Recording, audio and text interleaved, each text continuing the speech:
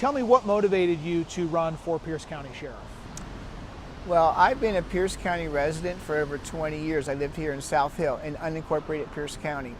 But I worked for Seattle Police Department for 33 years. I raised my children out here. They all went to school in the Puyallup School District.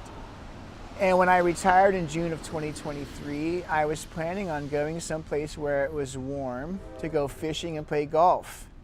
I wanted to be completely done with law enforcement, but I looked around the neighborhood in South Hill, and over the years it's changed a lot. There's a lot of crime going on there. There's graffiti, there's littering, there's drug addiction going on, and no one's helping them. And there's all kinds of things like that going on.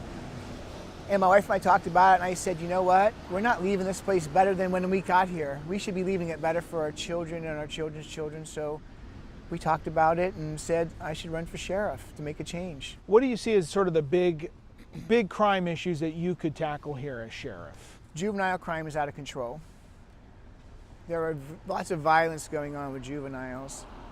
They're not being held accountable. They're being released back into the streets. So we have to work with the prosecutor's office and with the judges to hold them. The community, the people of Pierce County need to understand that there really is evil out there in the world. And just because someone's young doesn't mean that they're not evil. So there are evil people. We need to hold them accountable and get them off the streets so they don't cause more harm to other people. And when people aren't held accountable, such as juveniles, they just continue on that crime spree. And on that note, there's sort of a balance because they are juvenile offenders, they're not developed. How do you strike that balance with those who say it's not fair to hold a kid in custody for committing a crime like that, but we've seen the effects of not holding them in custody when they're out committing multiple acts of car theft, and we've seen juveniles killed as a result of that. How do you strike that balance? So we have to just talk about the violence. If it's a violent crime, they need to be held accountable for that. They need to not be released back into the community because we see it all the time. Juveniles are released back into the community, they're committing violent crimes again. They're doing carjackings, they're doing shootings, smashing cars into marijuana shops, stealing things there, holding people up.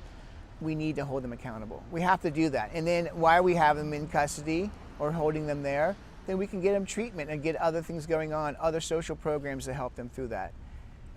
It's a big, long work, but we still have to start out by keeping our community safe. If elected, you'll be stepping into the role as the leader of a department in a county that has had tumultuous relationship with law enforcement over the last couple of years. There have been some high-profile trials of law enforcement officers, not necessarily from Pierce County Sheriff, though Sheriff Troyer went through a trial process as well. How do you rebuild some of that trust that has been lost in communities who say, we don't trust law enforcement in Pierce County? Yeah, well, I'm a new person for Pierce County, not a new person for law enforcement. I worked for Seattle for 33 years, so I know all about law enforcement. I know about leadership too. I was a leader there and I worked my way through the ranks. The leadership of the Pierce County Sheriff's Department is failing the community. So with Ed Troyer being gone, that's a good start. But then we have to make some other leadership changes. Cindy Fajardo is going to be my undersheriff. We've already been talking about who the leaders are in the agency. We're going to identify those leaders. There are many good leaders on the agency. We're going to get them in place. We're going to mentor them. We're going to train them how to be even better leaders. And then Cindy and I, we're getting older. We're going to turn this agency over to them. It's going to be a great agency. In terms of recruiting, how do you make the agency stand out in a very difficult field for recruiting right now? First off, the best recruiters are people who already work at the agency. So when we change the leadership around and we change the morale of the agency, people are going to go out and tell their friends and their family and their neighbors, like, I love working at the Pierce County Sheriff's Office. I want you to join me. When I became a police officer in Seattle, I loved it. We worked 6 days on and 2 days off. I just got out of the Army. I didn't know anything about union rules or anything like that. When I got turned loose on the street, was being a patrol officer myself, on my first day off, which was my 7th day of work or whatever, I showed up at work. And the sergeant said to me, Swank, what are you doing here? And I was like, I'm here to work. He says, today's your day off. Was called furlough. So today's your furlough day. You're not supposed to be here. I said, no, it's okay. I'm just coming in. I don't have anything else. I love this job, right? And he said, no, we can't pay you overtime. And I told him, I'll do this for free. I love it. That's what we want to have there, right? He made me go home, by the way, because they would have to pay me overtime. But I didn't know about PR rules and everything like that, right? But that's what we want to have. We want to have people say that we have to say, no, you have to go home. It's your day off. You can't come into work. That's the way it was when I was on, and that was because the leadership was great. The people I worked for were great. They made me feel good, and they made me feel wanted and appreciated. And that's what we're going to do there also. I want to ask you about, you said there's getting rid of Ed Troyer is a good start. What do you view as the biggest challenges or problems with the agency under his current leadership, or as you see the department right now? Well, first off, Ed was never a commander or a supervisor or a leader of the agency. He was the PIO for many years, and when he ran for sheriff, he got elected because he was a familiar face. People knew him. Many people thought he was the sheriff because he was on TV all the time, and I understand that. He was very popular, but he didn't have leadership experience. He also didn't have wisdom, and that lack of wisdom showed whenever he had the interaction with a newspaper delivery man that he went out and accosted at 2 o'clock in the morning. Now, he wasn't convicted of the crime, which was very lucky for him, but the county had to settle a lawsuit.